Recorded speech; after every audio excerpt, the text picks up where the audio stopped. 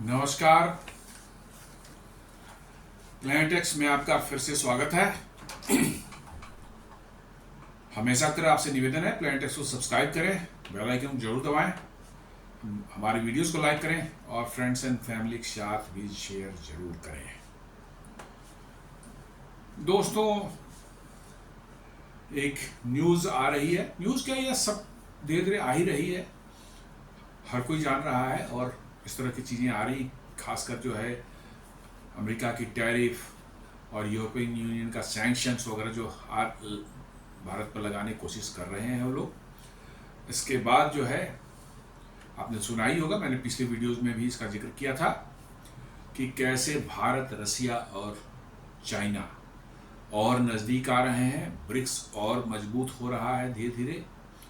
लोगों को लग रहा है कि ये जब तक हम एक मजबूत फ्रंट नहीं बनाए तो ये वेस्टर्न वर्ल्ड जो है यूएस और यूरोप का, इसको चैलेंज नहीं किया जा सकता है, इससे आप नहीं लड़ सकते हैं।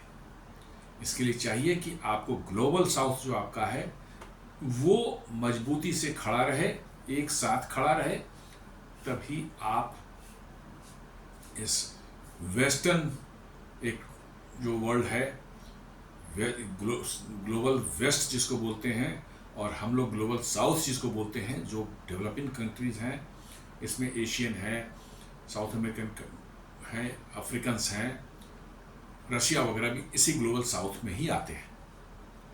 और अल्टीमेटली जो है हमें क्या है, ये वेस्टर्न मतलब ग्लोबल वेस्ट की हेजेमनी जो है इससे फाइट करनी है। बिना इससे लड़े आप सुख चैन से नहीं जी सकते। इनकी ऐसी दादागिरी दुनिया में चली है पिछले 100-200 सालों में जो है कि आप उम्मीद नहीं कर सकते, इमेजिन नहीं कर सकते। सारी दुनिया को इन्होंने लूटा है, सारी दुनिया के रिसोर्सेज उठा के ले गए हैं, इन्होंने ऐश मौज किया है और अब इनकी वो रिसोर्सेज ख़त्म हो रही है, फिर ये दुनिया को जो है कॉलोनाइज करने की कोशिश कर रहे हैं टैरिफ और नए तरीके से जो है। तो इस बदलते सिनेरियो में बड़ी तेजी से समीकरण, जियोपॉलिटिकल समीकरण दुनिया में बदल रहे हैं। हर दिन हर घंटे कुछ चेंजेज आ रहे हैं, अब बहुत ही बड़े चेंजेज आ रहे हैं। उसी में एक चेंज आ रहा है, कैसे भारत और चीन की नज़दीकियां बढ़ रही हैं। आपको याद होगा 2020 जून की बात है, एग्जैक्ट डेट मैं नहीं बता पा रहा, पर 14-15 जून के आसपास की बात हो शायद होगी। कैसे गलवान में भारत और चीन के बीच में क्लैश हुआ था, बड़ा ही ब्रूटल क्लैश था। भारत के 20 जवान उसमें वीरगति को प्राप्त हुए थे, उसमें एक कर्नल रैंक के हमारे कर्नल संतोष बाबू भी थे और 19 हमारे बहादुर सैनिक जो है उसमें शहीद हुए थे या वीरगति को प्राप्त हुए थे। और इन्होंने बगैर हथियार के, सिर्फ हाथों से, पत्थरों से, डंडों से लड़ते हुए 50-60 चीनी सैनिकों को मार गिराया था। बहुत ही ब्रूटल लड़ाई हुई थी, बहुत ही ब्रूटल, जिसमें बंदूक और कोई हथियार नहीं थे। चाइनीज जो है आए थे, वो डंडे पर जो है कांटेदार तार लपेट करके आए थे। भारतीय सैनिक तो मतलब कि बिल्कुल मतलब खाली हाथ थे, बट उसके बावजूद भी जो है इन्होंने जो धूल चटाई चाइनीज को, कि चाइनीज आज तक नहीं भूले हैं। और उसके बाद भारत और चीन के संबंधों में बहुत बड़ी दरार आ गई, बहुत बड़ा एक ठहराव आ गया। बिल्कुल मतलब कि जो है हमारे रिलेशंस जो हैं लोएस्ट लेवल पर चले गए। बहुत से चीन के जो है ऐप्स हैं, इलेक्ट्रॉनिक वो चीज़, उन जो चीज़ें होती थी उनको बैन किया गया भारत में। बहुत से उनके जो है भारत में इन्वेस्टमेंट में है उन पर जो है एक्शन लिया गया।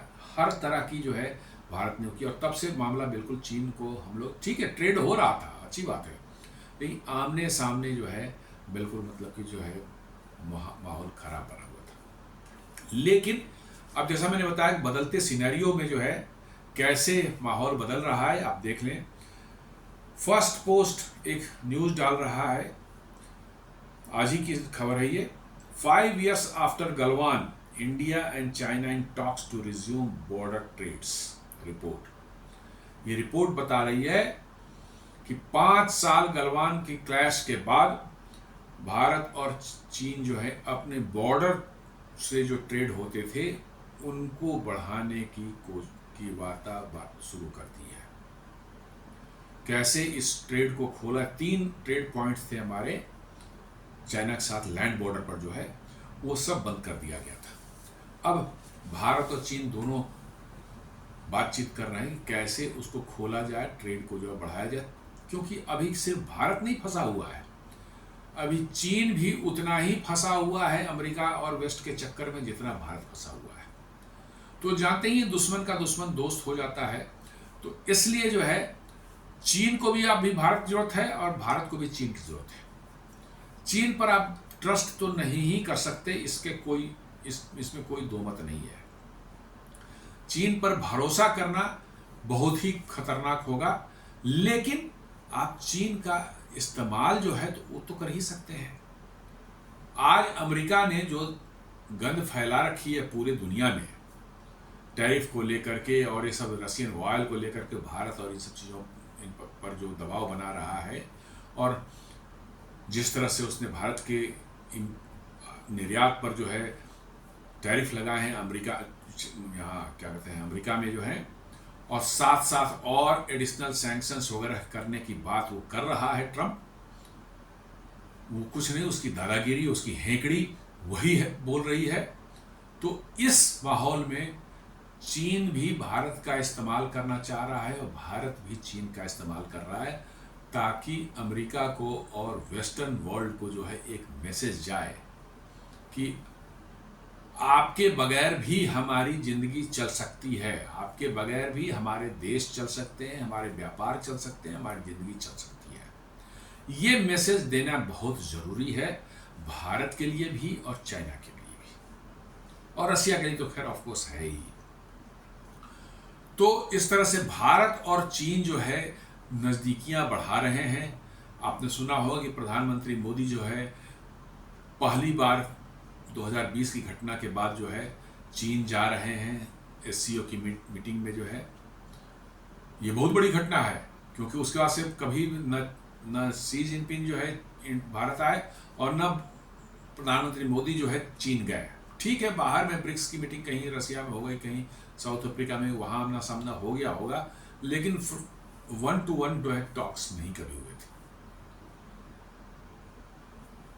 और 18 अगस्त को जो है चीन के विदेश मंत्री वेंग यी जो है वो भी भारत आ रहे हैं, भारत और चीन के बीच में जो सीमा विवाद है उस पर बातचीत और आगे बढ़ाने के लिए। तो ये बेसिकली चीन पर कोई ट्रस्ट करने की बात नहीं है कि हम चीन बारे सब कुछ ठीक हो गया, आप चीन हमारा दोस्त है, हिंदी चीनी भाई भाई, वो सब कोई बात ही नहीं है। वो सब सच्चाई क्या है सब चीन को भी पता चल गई है और भारत को भी पता चल गई है। लेकिन इस ग्लोबल चेंजिंग ग्लोबल सिनेरियोज जो भी हैं, जो जियोपॉलिटिकल समीकरण दुनिया में बन रहे हैं ट्रंप के इस मतलब कि जो है बेहद ही बेहुदा हरकतों की वजह से जो है, उसके कारण जो है एक जियोपॉलिटिकल मैसेज दुनिया को, वेस्टर्न दुनिया को, वेस्टर्न वर्ल्ड जो है उनको, अमेरिका को एक देने का एक प्रयास हो रहा है। आइए देखते हैं इसमें आगे क्या हो रहा है। Bloomberg has reported that India and China are discussing resuming border trade of locally made goods। मतलब कि जो है बॉर्डर ट्रेड से बहुत ज़्यादा वो नहीं होता था, ऐसा नहीं कि बहुत भारी भरकम ट्रेड होता था बॉर्डर के, जो लैंड बॉर्डर से जो है छोटे मोटे लोकल गुड्स इधर जो बनते थे उधर जाते थे, उधर जो बनते थे इधर आते थे। लेकिन ये एक सिंबॉलिक बहुत बड़ा मैसेज होगा।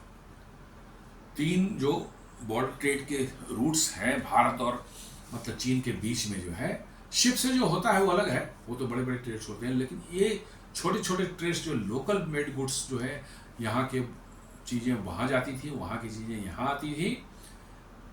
इसका कोई ट्रेड से सिंबल नहीं है, ट्रेड से इसका कोई बहुत ज़्यादा वास्ता नहीं है, बट ये एक सिंबॉलिक मैसेज है डोनाल्ड ट्रंप को, अमेरिका को, यूरोप को, कि भाई अब दुनिया बदल चुकी है और आपके अलावा भी हमारे पास विकल्प हैं। ऐसा नहीं है कि अब अमेरिका में और यूरोप में हम सामान कुछ नहीं बेचेंगे तो हम कंगाल हो जाएंगे, हम भूखे मरेंगे, ऐसी कोई बात नहीं है। दुनिया में ऑल्टरनेटिव डेस्टिनेशंस भी हैं जहां पर हमारे एक्सपोर्ट्स जा सकते हैं, निर्यात जा सकते हैं और हम अच्छे से फल फूल सकते हैं। ये एक बहुत ही स्ट्रेटजिक मैसेजिंग है ग्लोबल वेस्ट को, यूरोप एंड अमेरिका को, कि वो अपनी औकात में रहें और ग्लोबल साउथ जो है उसको ज़्यादा अंडरमाइन करने की कोशिश न करें। ये ना समझें कि ग्लोबल वेस्ट जो है वही दुनिया चलाता है और वही जो चाहेगा दुनिया में वैसा होगा। ऐसा नहीं अब होने वाला है। अब समय बदल चुका है, समीकरण बदल चुके हैं, परिस्थितियां भी बिल्कुल बदल चुकी हैं। अब वो भारत नहीं 50 साल पहले का, जहाँ पर खाने को गेहूं की भी कमी हो जाती थी और अमेरिका से मांगना पड़ता था। आज दुनिया, भारत जो है सारी दुनिया को खिला रहा है। इवन चीन भी फूड के मामले में सफिशिएंट नहीं है, उसको भी बड़ी मात्रा में फूड आइटम जो है इंपोर्ट करने पड़ते हैं। लेकिन भारत के पास जो न सिर्फ खुद के खाने के लिए सफिशिएंट फूड है, बट सैकड़ों ऐसे देश हैं जहां चावल, गेहूं और सब फल सब्जियां, मीट वगैरह जो है, दूध, डेयरी प्रोडक्ट जो है वो भारत निर्यात कर रहा है। इवन यूएस में भी जो $5 बिलियन के जो है हम फूड आइटम्स निर्यात करते हैं। तो आज भारत जो है वो पहले वाला भारत नहीं रह गया। आज डिफेंस के मैन्युफैक्चरिंग में भारत जो है तेजी से उभरता हुआ एक पावर है। आज हम 1.5 लाख करोड़ का जो है डिफेंस मैन्युफैक्चरिंग एक साल में कर रहे हैं और अगले 2030 तक जो है इसको बढ़ाकर 5 लाख करोड़ तक करने का प्रोग्राम है और वो होता हुआ दिख रहा है। हर साल 20%, 25%, 30% की रफ्तार से डिफेंस मैन्युफैक्चरिंग बढ़ रही है। और न सिर्फ हम उसको अपने इंटरनल जो है डिफेंस के लिए यूज़ कर रहे हैं, बट उसको बड़ी मात्रा में हम एक्सपोर्ट भी कर रहे हैं। पिछले 24-25 में ही आप देख लें, 23,000 करोड़ के डिफेंस इक्विपमेंट जो हैं भारत मेक इन इंडिया के तहत बनाए गए डिफेंस इक्विपमेंट जो हैं फिलीपाइंस, आर्मेनिया और बहुत से देशों को भेजे गए और इस साल उसके और भी बढ़ने की संभावना शायद 30,000 करोड़ तक न पहुंच जाए, क्योंकि बड़े बड़े ऑर्डर्स ब्रह्मोस और आकाश मिसाइल, पिनाका गाइडेड मतलब रॉकेट लॉन्चर सिस्टम्स, आपके एटैक्स जो है होवित्जर गन्स, या ऐसे हंड्रेड्स ऑफ मैंने प्रोडक्ट्स हैं भारत जो बना रहा है डिफेंस में, जिसकी भारत दुनिया में डिमांड बढ़ रही है। खासकर ऑपरेशन सिंदूर के बाद जो है भारत के में बने इक्विपमेंट्स जो हैं उन्होंने कमाल का परफॉर्म किया, बेहतरीन परफॉर्मेंस दी और उसके बाद दुनिया में भारत के बने हुए डिफेंस इक्विपमेंट्स की मांग बढ़ रही है। क्वेरीज 17-18 कंट्री ने ऑपरेशन सिंदूर के बाद जो है भारत से क्वेरी की है सामान मैंने डिफेंस इक्विपमेंट भारत से परचेज करने के लिए। फिलीपाइंस को हमने ऑलरेडी ब्रह्मोस मिसाइल दिया है। Vietnam and Indonesia are very close to finalising this deals और ये बड़े बड़े डील्स हैं, 500 मिलियन, 600 मिलियन, 700 मिलियन डॉलर के डील्स हैं। आर्मेनिया को हम ऑलरेडी बड़े बड़े हथियार दे चुके हैं, आकाश मिसाइल दे चुके हैं उनको, मतलब कि जो है पिनाका रॉकेट लॉन्चर्स दे चुके हैं, एटैक गन्स जो है 155mm होवित्जर वो भी हम निर्यात कर चुके हैं और इन हथियारों की क्वालिटी देखकर आर्मेनिया जो है और बड़े ऑर्डर्स प्लेस करने के लिए तैयार है। फिलीपाइंस जो है ब्रह्मोस की परफॉर्मेंस देख करके जो और भी ब्रह्मोस लेने पर विचार कर रहा है, साथ साथ आकाश एयर डिफेंस सिस्टम पर भी लेने पर भी विचार कर रहा है। तो आप समझ सकते हैं कि अब भारत पहले वाला भारत नहीं रह गया और इसलिए दुनिया को और इवन चीन को भी और अमेरिका को भी और यूरोप को भी समझनी चाहिए कि अब भारत को आप बुली नहीं कर सकते, आप धक्का नहीं दे सकते झट भारत को। आपको भारत को रिस्पेक्ट के साथ देखना पड़ेगा और रिस्पेक्ट के साथ ही वो भारत से डील करना पड़ेगा। तो ब्लूमबर्ग रिपोर्ट करते हैं, report said that China and India have proposed restarting trade through designated point on the borders।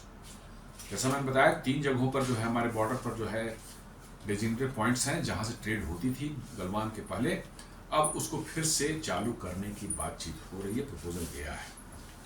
Previously, India and China had traded locally produced goods like spices, carpets, wooden furniture, cattle fodder, pottery, medical plants, electric items, and wool through 3 designated points along the LAC। LAC के जो हमारे करीब 3,500 crore kilometre की line of actual control है China के साथ में, उसके थ्रू जो है 3 जगहों पर इन सब चीज़ों की ट्रेडिंग की फैसिलिटी थी। मेनली जो है स्पाइसेस हैं, कारपेट्स हैं, wooden furniture, cattle fodder, pottery, medicinal plants, electric items and wool, ये सब जो है यहाँ से दोनों देशों के बीच में ट्रेडिंग होती थी। उसको फिर से रीस्टार्ट करने का प्लान किया। इनका वैल्यू देखेंगे तो कोई बहुत सिग्निफिकेंट नहीं है, बहुत ज़्यादा कुछ नहीं आपको नजर आएगा, लेकिन जैसा मैंने बताया कि दुनिया को एक मैसेजिंग दी जा रही है दोनों देशों के द्वारा। भारत चीन का इस्तेमाल कर रहा है, चीन भारत का इस्तेमाल कर रहा है। इन दोनों ने एक मैसेजिंग देने को सोचा है दुनिया को कि भैया रहो, अपने घर में रहो, हम आपस में ट्रेड करके बड़े आराम से सर्वाइव कर सकते हैं। और अभी 4-5 दिन पहले ही चीन के एक प्रवक्ता ने जो बताया था कि they are planning to have a zero trade with United States within next few years. मतलब ना वो एक्सपोर्ट करेंगे ना इंपोर्ट करेंगे, मतलब बाय बाय अमेरिका, कुछ भी हमें आपसे नहीं करना, रखो अपना धौंस अपनी जगह पर, रखो अपने पैसे डॉलर अपनी जगह पर, हम कहीं और ट्रेड कर लेंगे और बड़े अच्छे से खा पी लेंगे, कोई दिक्कत की बात नहीं है।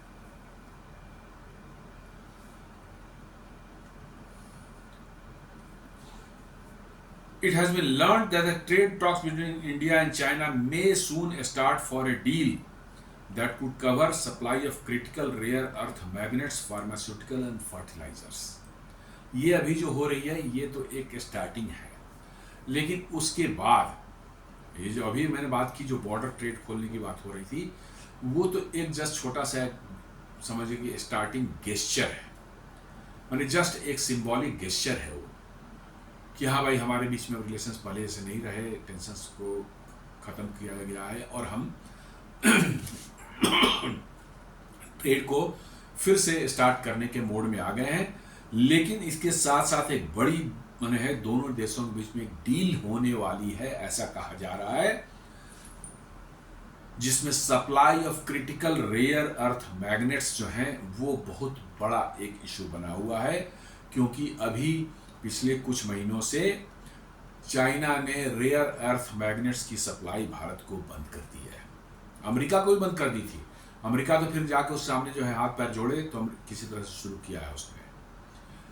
रेयर अर्थ मैग्नेट्स के बारे में बता दूं कि ये इतने क्रिटिकल कंपोनेंट्स हैं जिस पर करीब 60 to 70% या 80% तक चाइना का ही समझ लीजिए कि मोनोपोली है, क्योंकि दुनिया के 70 to 80% जो क्रिटिकल अर्थ जो है चाइना में ही प्रोसेस होते हैं, निकलते होंगे कहीं और लेकिन आते हैं वो रॉ जो है उनका मटेरियल जो है और वो प्रोसेस होकर चाइना में ही बनते हैं।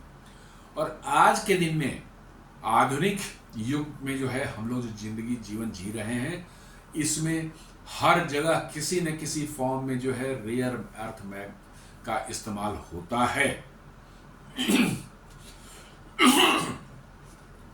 रेयर अर्थ वैसे मिनरल्स हैं जो कि धरती पर बहुत कम पाए जाते हैं, बहुत बड़ी तादाद में, बहुत बड़े क्वांटिटी में ये नहीं कहीं मिलते हर जगह है। ऐसा नहीं कि भारत में नहीं मिलता है, भारत में भी अभी खोजा गया है। राजस्थान के बालोतरा जिले में जो है बहुत बड़ा रेयर अर्थ का भंडार खोजा गया है, लेकिन उसको प्रोसेस करने में, उसकी व्यवस्थाएं करने में थोड़ा वक्त लगेगा आपको। चीन ने ये पहले से कर रखा है, इसलिए आज उनकी डोमिनेंस हो गई है रेयर अर्थ के मामले में दुनिया में। रेयर अर्थ वैसे मटेरियल्स हैं जो कि कम क्वांटिटी में इस्तेमाल होंगे, लेकिन उनके एलॉयज जो हैं दूसरे आइटम्स के साथ, एल्यूमिनियम के साथ, स्टील के साथ या किसी और के साथ मिक्स करके जो है आप जो प्रोडक्ट निकलेगा वो बहुत ही उसकी कैरेक्टरिस्टिक डिफरेंट होती है। उसकी मैकेनिकल स्ट्रेंथ जो है बहुत कई गुना बढ़ जाती है, इलेक्ट्रिकल कंडक्टिविटी जो है वो ड्रास्टिकली इम्प्रूव कर जाती है, उनका जो है थर्मल माने स्ट्रेस को बर्दाश्त करने की क्षमता जो है बहुत ज़्यादा बढ़ जाती है। मतलब कि जो है आज के दिन में आप, और plus at the same time जो है आपके प्रोडक्ट्स जो हैं वो बहुत हल्के हो जाते हैं, मजबूत ज़्यादा हो जाते हैं और हल्के हो जाते हैं, उनका भार कम हो जाता है। ऐसे आप मटेरियल बना सकते हैं, एलॉयज बना सकते हैं इनसे। इसलिए आज के दिन में चाहे इलेक्ट्रिक व्हीकल हो, चाहे आप सोलर एनर्जी के सोलर पैनल्स हो जो इस्तेमाल होते हैं उसके हो, मेडिकल डिवाइसेज जो सीटी स्कैन आपका होता है, एमआरआई स्कैन होता है, मोबाइल फोन हम जो इस्तेमाल करते हैं, हवाई जहाज में जो इस्तेमाल कर डिफेंस के मिसाइल सिस्टम्स हैं, क्या नहीं कहाँ नहीं रेयर अर्थ इस्तेमाल हो रहा है। क्यों? क्योंकि आप उससे जो है वही डिवाइस बहुत छोटा, काफ़ी पावरफुल और बहुत मजबूत और रिलायबल डिवाइस बन सकते हैं। उसी में एक होता है rare earth magnets. Rare earth magnets के बारे में बता दूं कि मैग्नेट तो ऐसे भी लोहे के आयरन को मैग्नेट बनाया जाता है, लेकिन आयरन जो मैग्नेट बनाते हैं उससे जो मैग्नेटिक फील्ड का स्ट्रेंथ होता है वो उतना ज़्यादा नहीं होता जितना रेयर अर्थ के मटेरियल से जो मैग्नेट बनते हैं उनका होता है। रेयर अर्थ बेसिकली उनकी कैरेक्टरिस्टिक आयरन से मिलती है, जो फेराइट कैटेगरी में ही आते हैं। इसलिए फेराइट कैटेगरी में जो भी मिनरल्स आएंगे, जो भी मेटल आएंगे, वो सब मैग्नेटिक प्रॉपर्टी उनमें होती है, उनको मैग्नेटाइज किया जा सकता है। और वही किया गया यहाँ रेयर अर्थ से जो मैग्नेट बनते हैं उनके क्या होता है, छोटा मैग्नेट लेकिन बहुत ही पावरफुल जो है वो मैग्नेटिक फील्ड पैदा करता है। बहुत छोटा सा होगा और बहुत हल्का भी होगा, लेकिन उसका मैग्नेटिक फील्ड स्ट्रेंथ जो बहुत पावरफुल होगा और एट द सेम टाइम जो है उसकी मैग्नेटिक प्रॉपर्टी जो है बहुत लंबे समय तक जो है खराब नहीं होती, कम नहीं होती। वो उसकी मैग्नेटिक फील्ड का स्ट्रेंथ जो है बहुत लंबे समय तक जो है वो वैसा ही रहता है, उसमें कमी नहीं आती। इसलिए रेयर अर्थ मैग्नेट्स का जो है जहाँ पर भी आप कोई मोटर बना रहे हैं, कोई जनरेटर बना रहे हैं, वहाँ पर जो है रेयर अर्थ मैग्नेट्स जो है बिल्कुल आज के दिन में इसेंशियल हो गया है। आप ले लें इलेक्ट्रिक व्हीकल्स को ले लें, एयरक्राफ्ट के अंदर में बहुत से क्रिटिकल कंपोनेंट्स हैं उसमें ले लें, आपको मतलब कि जो है विंड मिल टर्बाइंस जो होते हैं वहाँ पर जो है उसको हल्का रखने के लिए उसके अंदर जनरेटर बन लगते हैं, वहाँ रेयर अर्थ मैग्नेट्स लगते हैं।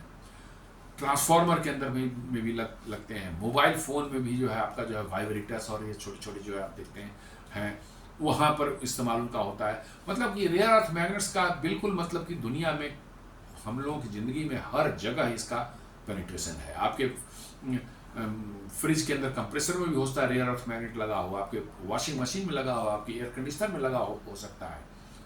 मतलब कि इसके बगैर आज के दिन में जो है मॉडर्न लाइफ की जो है कल्पना जो करना थोड़ा मुश्किल है। और वो चीन ने जो है भारत को पिछले कुछ महीनों से रोक रखा था, अमेरिका को भी रोक रखा था। अमेरिका ने हाथ पैर जोड़े, वर्चुअली यही करते हैं, हाथ पैर जोड़े उसके सामने में, और इसलिए 90 दिन के लिए चीन की टैरिफ को जो है उन्होंने सस्पेंड कर दिया है बढ़ाने से, इसी रेयर अर्थ मैग्नेट के कारण।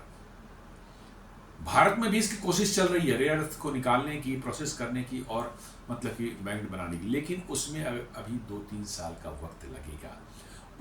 उस समय के लिए आपको कुछ वैकल्पिक व्यवस्था करनी पड़ेगी, और वो उसी वैकल्पिक व्यवस्था के तहत जो है डिस्पाइट ऑफ कि चीन पर भरोसा नहीं किया जा सकता, लेकिन जब परिस्थितियां विपरीत हों तो आपको दुश्मन से भी जो है कुछ हद तक जो है समझौता करना पड़ता है, और वही हो रहा है।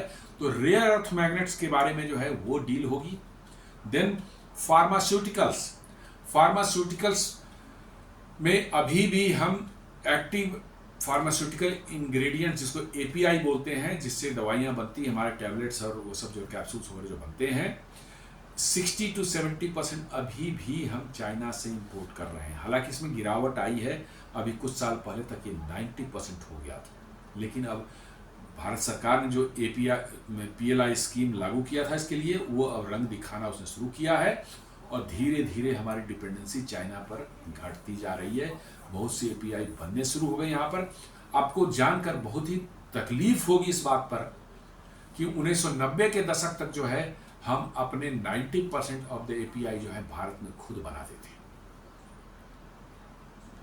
लेकिन जैसे ही आपकी सरकार जो है UPA की सरकार यहाँ पर आई, उन्होंने चाइना से जो डील किया वो सारे के सारे चाइना से API, सस्ते API जो है भारत में डंप होने लगे, और भारत में API बनाने वाली कंपनियां थी उनका कारोबार चौपट हो गया, बंद हो गए, और हम डिपेंडेंट हो गए चाइना पर। 90% हम चाहे, सोचिए कितना क्रिटिकल है, किसी भी समय बंद कर दिया जाए आपकी फार्मास्यूटिकल इंडस्ट्री जो है घुटनों पर आ जाएगी। भारत सरकार ने एक PLI स्कीम शुरू किया आज से 4 साल पहले, 5 साल पहले जो है, और धीरे धीरे अब हमारी डिपेंडेंसी जहां 90% चाइना पर थी वो घट करके आई है अभी 65% पर। उम्मीद करते हैं कि अभी आगे आने वाले 1 या 2 साल में ये घट करके 25-30% पर आ जाएगी। Then you will be in a comfortable position. हालांकि भारत सरकार का जो प्लान है कि हम सारे के सारे pharmaceutical, active pharmaceutical ingredients, API जो हैं वो भारत में ही मैन्युफैक्चर हों, लेकिन 100% तो कभी संभव नहीं होता। आप 90% भी बना ले रहे हैं तो it is a very good achievement. उस डायरेक्शन में काम चल रहा है और उम्मीद करते हैं अगले 2-3 सालों में इसके बड़े ही सकारात्मक परिणाम निकल करके आएंगे। तो एक हो रेयर अर्थ मैग्नेट्स, दूसरे हो गए फार्मास्यूटिकल्स, और कुछ स्पेशलाइज्ड फर्टिलाइजर्स, वो चाइना में की भी, उसमें भी चाइना की डोमिनेंस है। और वो स्पेशलाइज्ड फर्टिलाइजर्स भारत बड़ी तादाद में चाइना से इंपोर्ट कर रहा था। हालांकि अब भारत में भी नैनो फर्टिलाइजर्स बनने शुरू हो गए हैं, जहाँ एक बॉटल, आप छोटा सा बॉटल ले लें, वो आपके पूरे 1-2 एकड़ खेत के लिए काफ़ी। एक बॉटल, छोटी सी बॉटल होती है, बहुत ही पावरफुल, उसमें न्यूट्रिएंट्स होते हैं, नाइट्रोजन एंड अदर के फॉर्म में, और देन उसको आप मिक्स करके, पानी में मिक्स करके जो है अपने खेतों में डाल दें, आपकी जो है फर्टिलाइजर की रिक्वायरमेंट पूरी हो जाती है। लेकिन वो अभी सफिशिएंट क्वांटिटी में हम नहीं बना पा रहे हैं, तो हमें चाइना से अभी भी इंपोर्ट करना पड़ता है वो स्पेशलाइज्ड फर्टिलाइजर्स जो हैं। इसके कारण क्या होता है कि हमारा चाइना पर डिपेंडेंस था और चाइना ने उस पर भी अभी रोक लगा रखी थी, तो अभी जो है उस पर भी डील होनी है। तो ये 3 बहुत ही क्रिटिकल जो हमारे लिए थे, rare earth magnets, pharmaceuticals and special fertilisers, ये तीनों जो है इन पर डील अभी जल्द ही होने वाली है। ये सब है, क्या आप मौके का फायदा उठा रहे हैं? चीन भी परेशानी में है, आप भी परेशानी में हैं, चीन को भी आपकी जरूरत हो रही है और आपको भी चीन की जरूरत हो रही है, इसलिए जो है ये कॉम्प्रोमाइज किया जा रहा है। फिलहाल मुझे लगता है इसमें कोई बुराई नहीं है, भरोसा नहीं कर रहे हैं, बस सिचुएशन के हिसाब से हम डिसीजंस ले रहे हैं अपने फायदे के लिए। चाइनीज मीडिया में बहुत गुणगान कर रहा है आजकल भारत के, जो 2 महीने पहले तक भारत को गालियां, भर भर के गालियां सुबह शाम निकालता था, ग्लोबल टाइम्स वगैरह जो है, अभी जो है कुछ दिन पहले जो उन्होंने एक निकाला था, उसमें हिंदू प्रोवर्ब जो है उन्होंने उसको कोट किया था, help your brothers boat across and your own will reach the shore. मतलब कि अपने भाई का जो है नाव को जो है आप नदी पार करने में हेल्प करें, आपकी भी नाव उसके साथ साथ नदी पार हो जाएगी। ये हिंदू प्रोवर्ब है कि आप दूसरों को मदद करें, आपको भी मदद हो जाएगी उससे। ये हिंदू सनातनी मतलब कि जो है संस्कृति में इस प्रोवर्ब का इस्तेमाल किया जाता है। ग्लोबल टाइम्स जो है ये कह रहा है कि फिर वही 1962 का हिंदी चीनी भाई भाई वाला जो है, लेकिन हमको इससे सचेत रहना है। हमें अभी चीन से संबंध सुधारने हैं अपने फायदे के लिए, न कि उसमें भरोसा करने के। नहीं, ये बिल्कुल स्ट्रेटजिक हमारी मूव होनी चाहिए, जहां पर हम इस सिचुएशन में, चूंकि हमारे वेस्टर्न पूरी वर्ल्ड जो है हमारे अगेंस्ट में भी खड़ी है, तो और चाइना के भी अगेंस्ट में खड़ी है, चाइना को भी हमारी जरूरत है और हमें भी चाइना की जरूरत है। क्यों चाइना की जरूरत है वो मैं आगे बताता हूं आपको। एक और उन्होंने ग्लोबल टाइम्स ने एक फोटो छापा है जिसमें एक पांडा और एक एलिफेंट को कोट सूट पहनाए हुए है और दोनों एक ही रास्ते पर जा रहे हैं। मतलब कि जो है ये दिखाने की कोशिश की जा रही है कि हमारे दोनों के डेस्टिनेशन एक ही हैं, बड़ी दोस्ती हम लोगों में है और हम एक साथ आगे चलने को तैयार हैं। This is nothing but signalling to the western world. ये एक सिग्नलिंग है वेस्टर्न वर्ल्ड को कि भाई आप जाए भाड़ में, हम अपना रास्ता खुद ढूंढ सकते हैं। हमारे भी और देशों से संबंध है, हमारे भी चाहने वाले हैं, हम उनके साथ मिलकर काम करेंगे, ट्रेड करेंगे, टेक्नोलॉजी शेयर करेंगे और हम अपना जो है मुस्तकबिल जो है खुद तय करेंगे, अपनी डेस्टिनी जो है खुद तय करेंगे। हमें वेस्टर्न वर्ल्ड के सहारे जो अपनी डेस्टिनी को नहीं बनानी है, यही एक मैसेजिंग दी जा रही है। अब चाइना क्यों भारत की तरफ जो है झुक रहा है? बिकॉज कि उसकी भी इकोनॉमी स्लो हो रही है, भारत की नहीं हो रही है, चाइना की इकोनॉमी स्लो हो रही है। उनके एक्सपोर्ट्स जो है पिछले क्वार्टर में जो है बहुत बुरी तरह से गिरे हैं as compare to the previous quarter. बहुत बुरी तरह से उनके एक्सपोर्ट्स गिरे हैं और उनकी इकोनॉमी जो है जैसा मैंने बताया कि उनकी एक्सपोर्ट्स यदि गिरती है तो चाइना जो है तबाह हो जाता है। क्यों?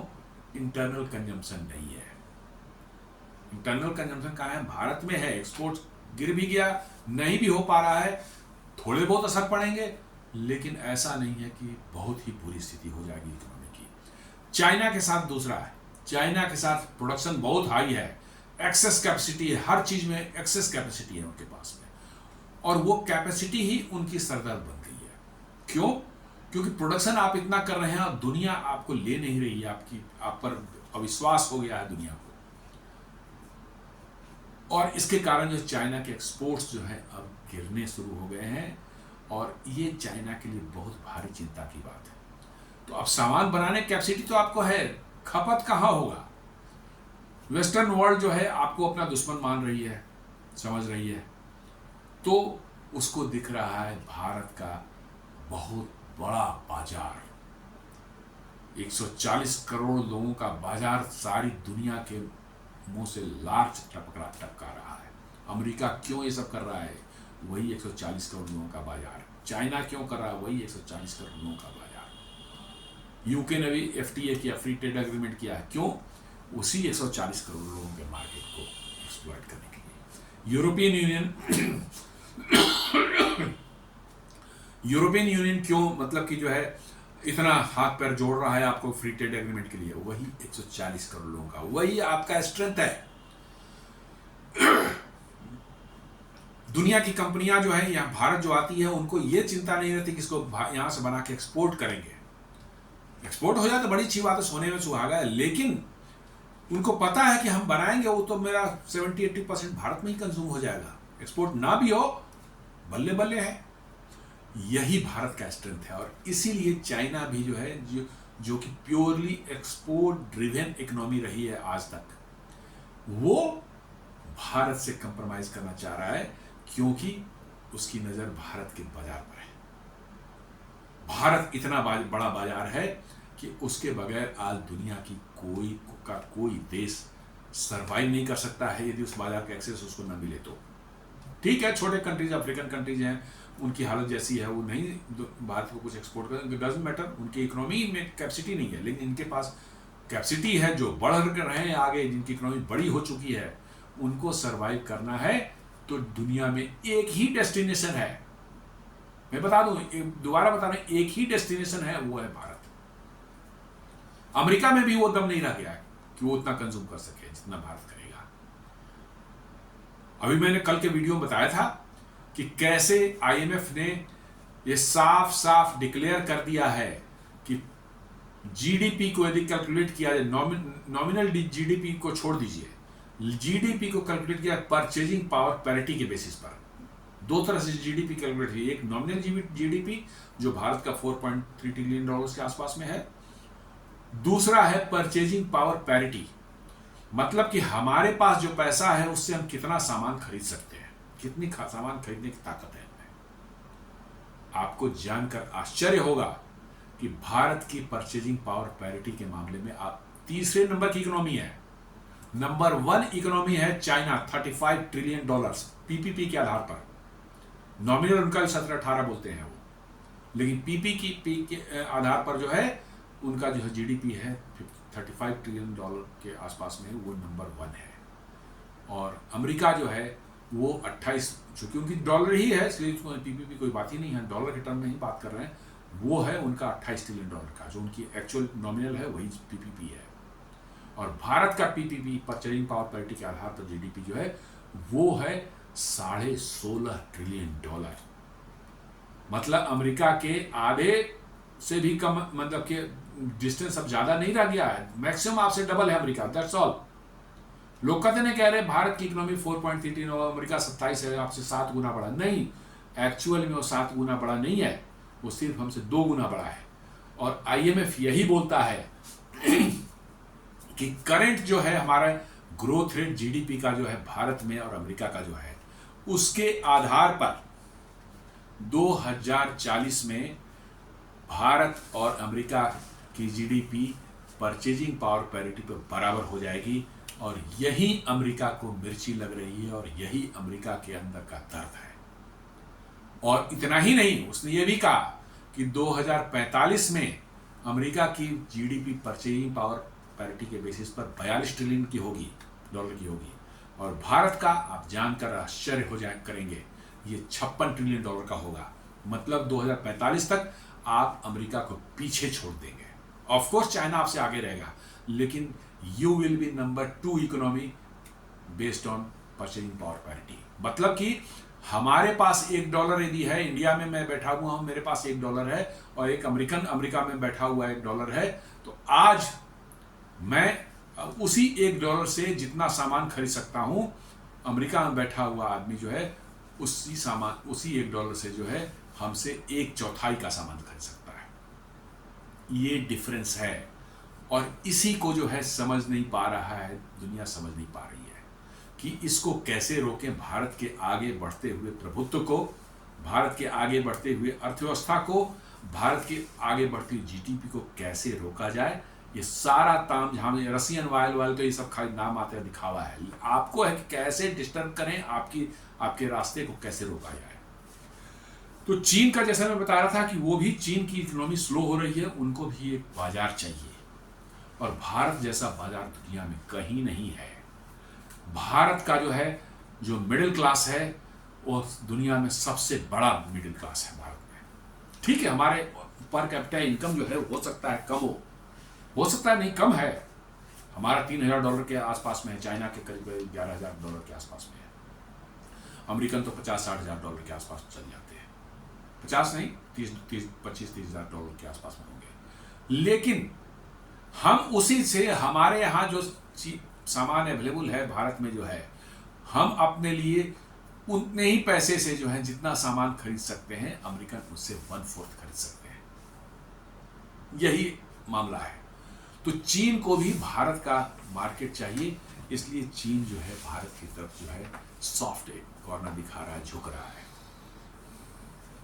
चाइना का एक और प्रॉब्लम है, ट्रंप तो खैर अभी आए हैं, उन्होंने जो तमाशा किया है वो तो अभी आए हैं, लेकिन इसके पहले से, पिछले 5-7 सालों से, खासकर कोविड जब से हुआ है और उसके बाद से, लेकिन उसके पहले से ही प्रॉब्लम बढ़ रही थी। लेकिन जिस तरह से चीन ने डोमिनेट करने की कोशिश की दुनिया को अपने BRI प्रोजेक्ट्स को लेकर के जो है, और हर जगह जहाँ भी गया वहाँ की इकोनॉमी पर अपने चीप जो प्रोडक्ट्स जो हैं उनको डंप करके जो वहाँ के लोकल इंडस्ट्रीज को बर्बाद करने का उसने जो काम किया, इसको लेकर के दुनिया का भरोसा चीन पर से बहुत उठ चुका है, और खासकर वेस्ट में और ज़्यादा। इसलिए जो है वेस्ट को चीन से समस्या है, इसलिए चीन की एक्सपोर्ट्स आगे आने वाले फ्यूचर में उस पर कहीं ना कहीं ये वेस्टर्न वर्ल्ड की तरफ से प्रेशर रहेगा, लगाम लगाने की कोशिश करते रहेंगे, और ये चीन को दिखना शुरू हो गया है। तो ये भी एक कारण है कि वो उसको ऑल्टरनेट मार्केट चाहिए। कहाँ चाहिए? भारत चाहिए। उसके साथ साथ चाइना 2 फ्रंट डायलिमा आप देखें, इंडिया एंड फिलीपाइंस।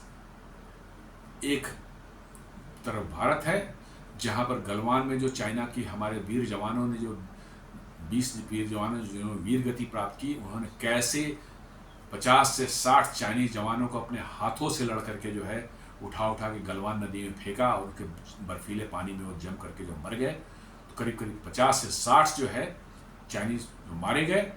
उसके बाद से जो है चाइना को समझ में आ गया कि भारत से लड़ने का मतलब है अपनी दुर्दशा को खुद अपने हाथों घर बुलाना। ये कब से शुरू हुआ?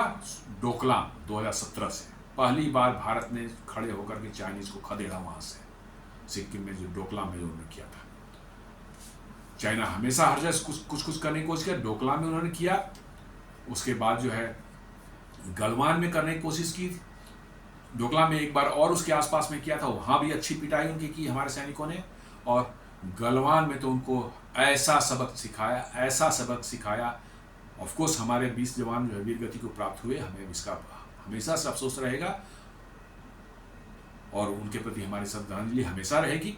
लेकिन उन चाइनीज जो सैनिक थे, उनका जो गुरूर था कि हम लोग दुनिया में कहीं भी कुछ कर देंगे। भारत को जब चाइना दबा, उनको मार मार के उनका ऐसा कचूमर निकाला कि चाइना को आज तक याद है। और इसी कारण से चाइना डरता है कि हमारे एक तरफ इंडिया है, इंडिया से हमने पंगे लेने की कोशिश की तो न जाने क्या हो जाए। और दूसरी तरफ एक फिलीपाइंस है साउथ चाइना सी में, वहां पर भी जो है भारत ने अब फिलीपाइंस को मजबूत करना शुरू कर दिया है। ब्रह्मोस मिसाइल दिया है और भी ब्रह्मोस खरीदने का विचार कर रहा है फिलीपाइंस। साथ साथ आकाश में एयर डिफेंस सिस्टम भी परचेज करने की इच्छा जताई है। तो आप धीरे धीरे उसको फिलीपाइंस को मजबूत कर रहे हैं। वियतनाम आपको ब्रह्मोस देने जा रहे हैं, इंडोनेशिया को ब्रह्मोस देने के लिए चीन को घेरने की कवायद जो है आपने शुरू कर दी। आप देख लें, इंडोनेशिया, फिलीपाइंस, वियतनाम, ये तीनों जो है उसी साउथ चाइना सी के से जुड़े हुए हैं। और जहां चाइना कहता है कि साउथ चाइना सी हमारा बैकयार्ड है, उसको कहता है कि हमारा है, पूरी तरह से हमारा होना चाहिए। और इसके लिए वो दादागिरी वहाँ करना, और अब आप उसकी दादागिरी को चैलेंज करने के उन एरिया के देशों के साथ में स्ट्रैटेजिक रिलेशंस आप बना रहे हैं, आप उनको बड़े घातक हथियार दे रहे हैं, उनसे आपके बड़े ही अच्छे संबंध बनते जा रहे हैं।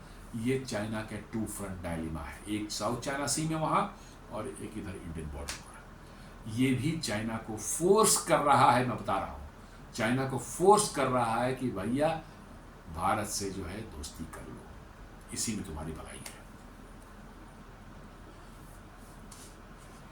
बहुत से लोगों का कहना है कि चाइना जो है अब जो है चाइना भारत का मार्केट में सीधे सामान बेचने की कोशिश नहीं कर रहा है, उसकी इच्छा है भारत में इन्वेस्ट करने की, इन्वेस्ट करके पैसे कमाने की। गलवान के बाद में भारत इंसिडेंट के, गलवान के जो क्लैशेज हुए थे उसके बाद से भारत ने जो है ऑल चाइनीज इन्वेस्टमेंट को बैन कर रखा है भारत में, जो कि चाइना चाहता है कि भारत उसके इंडस्ट्रिस्ट जो हैं, वहाँ के लोग हैं, उनको भारत में इन्वेस्ट करने दे। ठीक है, इन्वेस्ट करें, लेकिन चाइना की जो एक्टिविटीज हैं, जो उनका बिहेवियर है, जो उनका जो ट्रस्ट वर्दीनेस है, वो बहुत ही डाउटफुल हमें समझ रहा है। इसलिए भारत सरकार बहुत फूंक फूंक कर कदम रख रही है इस डायरेक्शन में। लोग कह रहे हैं कि हाँ, अरे भारत में इन्वेस्ट ही तो करेगा, क्या करेगा, लेकिन चाइना क्या करेगा, उनके इंटेंशंस बड़े गड़बड़ रहते हैं। लेकिन एनीवे, उसको बहुत कॉशस वे में देखा जाए तो सर्टेन लिमिट तक जो है हम चाहें तो उनको इन्वेस्ट करने की परमिशन दे सकते हैं। इससे हमारे यहाँ फैक्ट्रियाँ खुलेंगी, नौकरियाँ मिलेंगी, लोगों को जीवन स्तर बढ़ेगा और हमारी इकोनॉमी को भी बूस्ट मिलेगा। तो उस पर विचार चल रहा है। नीति आयोग ने अभी एक अपना प्रपोजल कुछ दिया है सरकार को, जो है कि चाइनीज फर्म्स को जो है हम लोग 24% तक जो है इंडियन कंपनीज में इन्वेस्ट करने की परमिशन दे सकते हैं। 24% तक देने से ये होता है कि आप चाइना को की कोई वो 24% का इन्वेस्टमेंट, उसके कंट्रोलिंग स्टेक्स उस कंपनी में नहीं होंगे। मतलब उस कंपनी का जो ऑनरशिप वो इंडियन रहेगा, उसके बोर्ड ऑफ डायरेक्टर्स में जो मोस्टली जो मेजोरिटी जो है इंडियंस रहेंगे। 24% है तो एक दो तो उनके रहेंगे ही रहेंगे, लेकिन मेजोरिटी जो है इंडियंस रहेंगे। तो आपका उस कंपनी पर नियंत्रण रहेगा और आप उसको जो है कंपनी को में मैनिपुलेशन चाइना करना चाहेगा उससे आप रोक सकते हैं। ये प्रपोजल है, देखें आगे क्या होता है। मोस्ट प्रोबेबली शायद ये अप्रूव हो जाए, गवर्नमेंट भी मान जाए। 24% शायद चाइना को इन्वेस्टमेंट का परसेंट, तो ठीक है, अच्छी बात है। यदि कंट्रोलिंग स्टेक्स नहीं जाता है, मैनेजमेंट पूरा भारतीयों के हाथ में रहेगा, तो आप चाइना को अलाउ कीजिए 24%। आपको अच्छा खासा इन्वेस्टमेंट होगा, यहाँ पर नौकरियाँ बढ़ेंगी, फैक्ट्रियाँ बढ़ेंगी और रोजगार मिलेगा, लोगों का जीवन स्तर सुधरेगा और साथ साथ जो है दुनिया को, जो वेस्ट को जो है आप एक आईना दिखा सकते हैं कि भैया तेरे बगैर नहीं, हमें हमारे इन्वेस्ट करने वाले और भी लोग हैं। और चाइना के पास आज के दिन में टेक्नोलॉजी भी है, इसमें कोई बात नहीं, दो मत नहीं है। ये नहीं कह सकते कि चाइना के पास टेक्नोलॉजी नहीं है, चाइना के पास टेक्नोलॉजी आ चुकी है, काफ़ी हद तक उनको टेक्नोलॉजी में बहुत अच्छा एडवांसमेंट कर चुके हैं। इसका भी फायदा भारत को मिल सकता है। आप देखें उनकी कंपनियां हुआवे हैं, चाहे जेटी हैं, चाहे और भी बड़ी बड़ी कंपनियां जो हैं जो टेक में काम कर रही हैं। हिक विजन को आप ले लें, दुनिया की सबसे बड़ी सीसीटीवी कैमरा बनाने वाली कंपनी है। हुआवे तो टेक्नोलॉजिकली बहुत ही एडवांस हो चुका है। BYD जो है इलेक्ट्रिक व्हीकल बना रही है। ठीक है, क्वालिटी पर इशू है, मानते हैं क्वालिटी की इशू चाइना की रहती है, लेकिन भारत में आप आएंगे तो भारत की में जो मैन्युफैक्चरिंग यदि होगी, चाइना को उसमें इन्वेस्टमेंट रहेगा भी तो क्वालिटी तो भारत के हिसाब से होगी ना। भारतीय मैनेजमेंट रहेगा तो क्वालिटी भारत के हिसाब से होगी। तो टेक्नोलॉजी वहाँ के उनके पास है, क्वालिटी इशू जरूर उनका रहता है, बट टेक्नोलॉजी उनके पास में है। लिथियम का आज मैक्सिमम जो है 60% जो है लिथियम जो है बैटरीज जो है चाइना ही बनाता है और चाइना से ही आती है। तो आपकी जो है इलेक्ट्रिक व्हीकल्स के लिए भी आप यदि भारत में लिथियम बैटरीज वगैरह बनाने का प्लांट लगेगा तो उसमें भी चाइना इन्वेस्ट करे, नथिंग रॉन्ग। टेक्नोलॉजी वहाँ से आती है और पैसा वहाँ से आता है, नथिंग रॉन्ग। 24% में उनका कंट्रोलिंग स्टेक्स नहीं होगा, उनको भी प्रॉफिट तो मिलेगा, होगा तो 24% का प्रॉफिट तो उनको भी मिलेगा ही मिलेगा। तो आप इस मौके का फायदा उठाने की कोशिश कर रहे हैं। मैंने जैसा बताया शुरू में ना कि ये ट्रस्ट नहीं कर रहे हैं, this is nothing but situation के हिसाब से जो है आप मौके का फायदा उठाने की कोशिश कर रहे हैं। दिस इज व्हाट इसके पीछे इसका जो एसेंस है। जैसा मैंने बताया चाइनीज फॉरेन मिनिस्टर वांग यी भी जो है इंडिया विजिट करने वाले हैं अगस्त 18 को। बॉर्डर टॉक्स को जो है आगे बढ़ाने वाले हैं और अजीत डोभाल जो हमारे एनएसए हैं, नेशनल सिक्योरिटी एडवाइजर, उनके साथ उनकी मीटिंग है। तो बॉर्डर टॉक्स को लेकर के उससे बात होगी और हमें लगता है कि इसके जो है सार्थक परिणाम यदि बॉर्डर डिस्प्यूट भारत और चीन के बीच में सॉल्व हो जाए, बॉर्डर हमारी फाइनल हो जाए, तो समझ लीजिए कि ये दुनिया के लिए बहुत बड़ा एक स्ट्रेटजिक शिफ्ट होगा। यदि जो हमारा लाइन ऑफ एक्चुअल कंट्रोल है उसको जहाँ जहाँ कोई डिस्प्यूट है वो सेटल कर हो जाती है तो इट विल भी, हालांकि चाइना इसको सेटल होने देगा ऐसी बात नहीं हो, तो पूरे हमारे अरुणाचल प्रदेश पर क्लेम करता है तो बात एकदम बिल्कुल। लेकिन यदि चाइना पॉजिटिवली जो इसको सेटल करना चाहे तो इट विल भी एक बहुत बड़ा, क्या कह सकते हैं, स्ट्रैटेजिक शिफ्ट दुनिया में होगा और चीन और भारत के जो समस्या जो है बॉर्डर वही दूर हो जाती है। तो आप समझ सकते हैं कि अमेरिका और वेस्टर्न वर्ल्ड को एक इतना बड़ा झटका लगेगा, इससे इतना बड़ा 440 वोल्ट का शॉक लगेगा कि आप इमेजिन नहीं कर सकते हैं। और कोशिश की जा रही है कि उसको हो, लेकिन बट वो डिफिकल्ट टास्क है। Amid Trumpian turbulence, it is time for India to hide its capacity, bide its time. ये एक्चुअली जो है एक जो स्टेटमेंट है, hide its capacity and by its time, ये चाइना के एक बड़ा विजनरी लीडर हुए थे जिसकी वजह से चाइना आज जो है वो उन्हीं की वजह से है, और वो है डेंग जियाओपिंग, जो माओ के मरने के बाद जो है 80 के दशक में जो है वहाँ के राष्ट्रपति बने थे और चाइना के सर्वे सर्वा थे उस समय। उन्होंने ही ये कहा था कि भाई अपनी कैपेसिटी जो है, अपनी जो है ताकत है अभी नहीं दिखानी है, अपना टाइम तुम बाई करो। ताकत हमारे पास हो भी जाए तो अभी टाइम बाई करो, ताकत जब समय आएगा तब दिखाएंगे।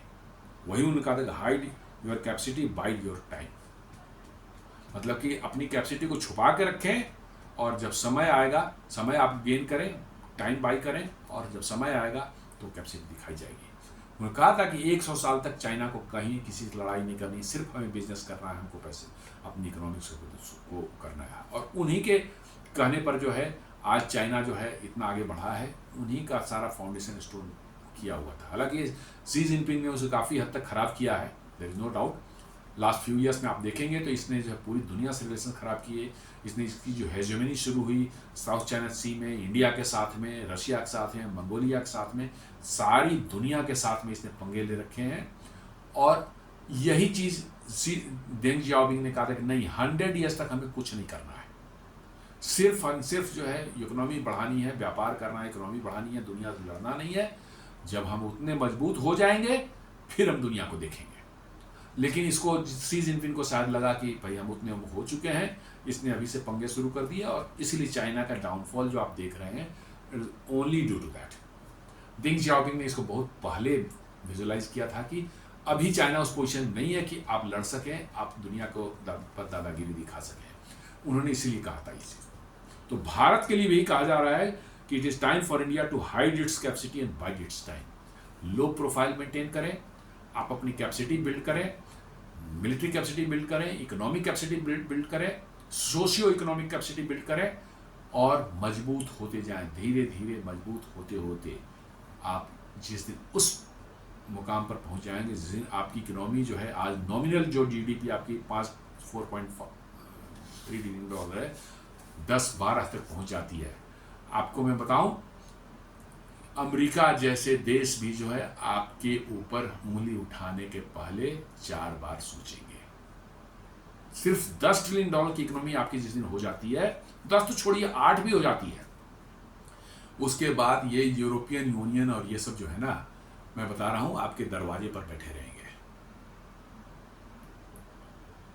8 ट्रिलियन 10 ट्रिलियन की इकोनॉमी जो है कहां आपको ले जाएगी और क्या आपकी कैपेसिटी और क्या आपकी ताकत होगी, आप समझ नहीं सकते अभी। और वही एक सलाह दी जा रही है कि India to hide its capacity and bide its time. आप किसी तरह से अभी कन्फ्रंटेशन ना पड़े। अमेरिका से प्रॉब्लम हुई है, चाइना से हाथ बढ़ा के कुछ करें, रसिया से मदद लें, ब्राजील से मदद लें, ब्रिक्स के थ्रू जो है लड़ने की जरूरत नहीं है अभी आपको आप कैपेसिटी बिल्डअप करें। आपका समय जब आ जाएगा, जब उतने आप मजबूत हो जाएंगे, फिर चाइना हो चाहे यूएस हो चाहे यूरोप हो, आप किसी को भी हैंडल कर सकते हैं बड़े आराम से। तो दोस्तों, ये एक छोटा सा आज विश्लेषण किया था मैंने चाइना से भारत के सुधरते हुए संबंधों पर, और क्यों ये संबंध सुधर रहे हैं और क्यों इसकी जरूरत है अभी के जियोपॉलिटिकल सिचुएशन में। इस पर उम्मीद करता हूं कि आपको ये वीडियो पसंद आया होगा। आप इस वीडियो को लाइक करें, अपने फ्रेंड्स एंड फैमिली के साथ शेयर करें, हमारे चैनल को सब्सक्राइब करें और बेल आइकन दबाना बिल्कुल नहीं भूलें। धन्यवाद।